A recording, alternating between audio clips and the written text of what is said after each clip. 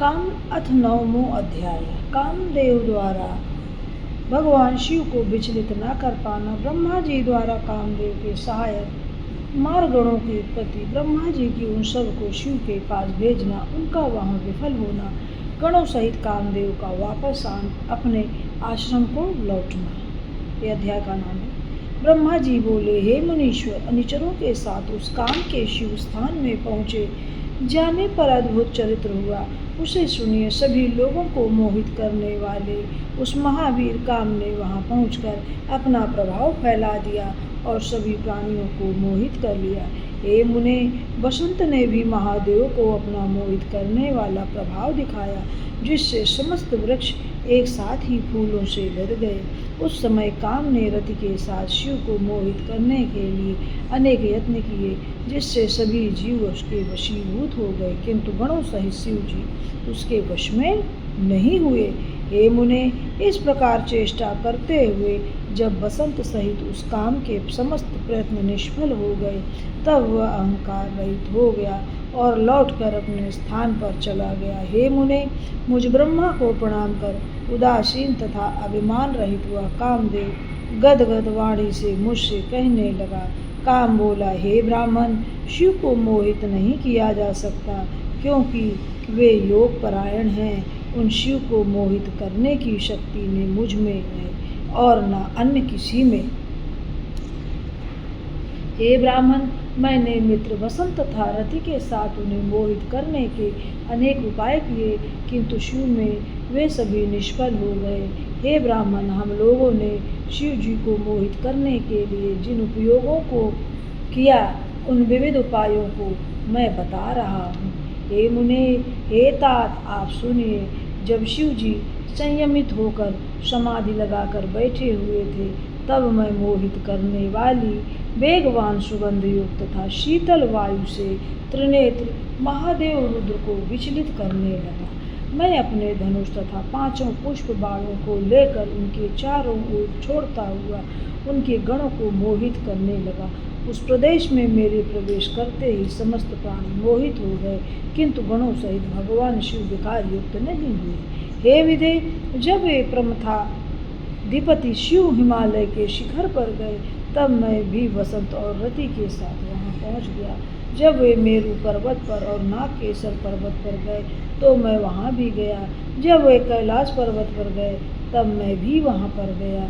जब वे किसी समय समाधि से मुक्त हो गए, तो मैंने उनके सामने 2 चक्र रचे। वे दोनों चक्र स्त्री हाव भाव युक्त दोनों कटाक्ष से मैंने दाम्पत्य भाव का अनुकरण करते हुए उन नीलकंठ महादेव के सामने नाना प्रकार के भाव उत्पन्न किए। पशुओं तथा पक्षियों ने भी उनके सामने स्थित होकर गणों सहित शिव जी को मोहित करने के लिए मोहकारी भाव प्रदर्शित किए। रसोत्सुक हुए मयूर के जोड़े ने अनेक प्रकार के गतियों का सहारा लेकर विविध प्रकार के भाव उनके आगे पीछे प्रदर्शित किए, किंतु मेरे बाणों को कभी भी अवकाश नहीं मिला। मैं यह सत्य कह रहा हूँ। हे लोकेश, शिव जी को मोहित करने की शक्ति मुझ में नहीं है।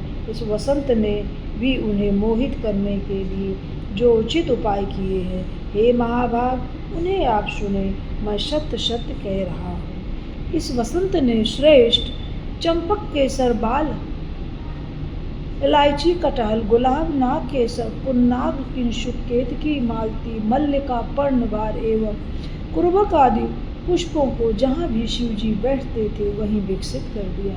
इस वसंत ने शिव जी के आश्रम में तालाब के सभी फूले हुए कमलों को मलय पवनों से यत्नपूर्वक अत्यंत सुगंधित कर दिया। सभी लताएं फूलों से युक्त और अंकुर समूह के साथ सानिकट के वृक्षों में बड़े प्रेम से लिपट गई। सुगंधित पवनों से खिले हुए फूलों से युक्त उन वृक्षों को देखकर मुनि भी काम के वशीभूत हो गए। फिर अन्य की तो बात ही क्या है। इतना होने पर भी मैंने शंकर जी के मोहित होने का ना कोई लक्षण देखा, ना तो उनमें कोई काम का भाव ही उत्पन्न हुआ। इतना सब कुछ करने पर भी शंकर ने मेरे ऊपर रंच मात्र भी क्रोध नहीं किया। इस प्रकार सब कुछ देखकर तथा उनकी भावना को जानकर मैं शिव जी को मोहित करने के प्रयास से व्यर्थ हो गया। उसका कारण आपसे निवेदन कर रहा हूँ। समाधि छोड़ देने पर हम लोग उनकी दृष्टि के सामने क्षण मात्र भी टिक नहीं सकते। उन रुद्र को कौन मोहित कर सकता है। हे ब्राह्मण, जलती हुई अग्नि के समान प्रकाशित नेत्रों वाले तथा जटा धारण करने से महाविकराल उन कैलाश पर्वत निवासी शिव जी को देखकर उनके समान कौन खड़ा रह सकता है। ब्रह्मा जी बोले। इस प्रकार काम के वचन को सुनकर मैं चतुरानन ब्रह्मा चिंता मग्न हो गया और बोलने की इच्छा करते हुए भी कुछ बोल न सका। मैं कामदेव शिव को मोहित करने में समर्थ नहीं हूँ। हे मुने, उसका यह वचन सुनकर मैंने बड़े दुख के साथ उनका उष्ण श्वास लेने लगा। उस समय मेरे निश्वास अनेक रूपों वाले महाबलवान लपलपाती जीभ वाले चंचल तथा अत्यंत भयंकर गणों के रूप में परिणित हो गए। उन गणों ने भेरी, मृदंग आदि अनेक प्रकार की असंख्य विकराल महाभयंकर बाजे बजाना प्रारंभ किया। मेरे निश्वास से उत्पन्न महागण मुझ ब्रह्मा के सामने ही मारो काटो ऐसे बोलने लगे। मारो काटो ऐसे बोलने वाले उन गणों के शब्दों को सुनकर वह काम मुझ ब्रह्मा से कहने लगा। हे मुने, हे ब्राह्मण, इस प्रकार उस काम ने मेरी आज्ञा लेकर उन सभी गणों को देखकर उन्हें ऐसा करने से रोकते हुए गणों के सामने ही मुझसे कहना प्रारंभ किया। काम बोला। हे ब्राह्मण, हे प्रजानाथ, हे सृष्टिकर के प्रवर्तक, ये कौन विकराल एवं भयंकर वीर उत्पन्न हो गए। हे विधे, ये कौन सा कार्य करेंगे और क्या निवास तथा कहाँ निवास करेंगे और इनका नाम क्या है, उन्हें आप मुझे बताइए तथा इनके कार्य में नियुक्त कीजिए। हे देवेश, इनको अपने कार्य में नियुक्त कर और इनके नाम रखकर तथा स्थानों की व्यवस्था कर यथोचित कृपा करके मुझे आज्ञा दीजिए।